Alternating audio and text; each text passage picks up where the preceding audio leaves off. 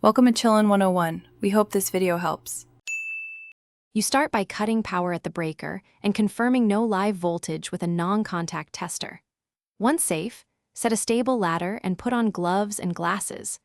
Identify the recess trim and feel for the metal clips securing the housing. Some are spring-loaded, others pivot on edges. Use a flathead to pry a small gap where the clip seats, then compress or rotate the clip inward so you can begin withdrawing the trim and exposing the housing. Once the trim is loosened, support it with one hand and compress the spring clips with fingers or pliers, releasing tension slowly so the trim clears the ceiling. If clips are torsion style, rotate each clip about 90 degrees toward the housing to unhook. Free one side first, then the other.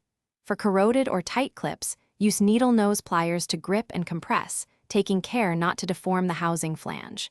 Make sure to keep the trim level and steady as you work.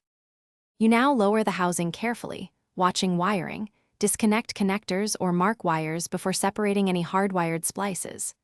Once removed, inspect the metal clips and replace any bent or weakened retainers to ensure the next install is secure.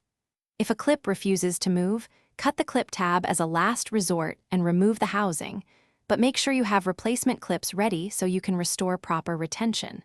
If something goes wrong, recheck power off and use penetrating oil and gentle taps to free stuck metal. Thanks for watching. Consider subscribing if we helped you.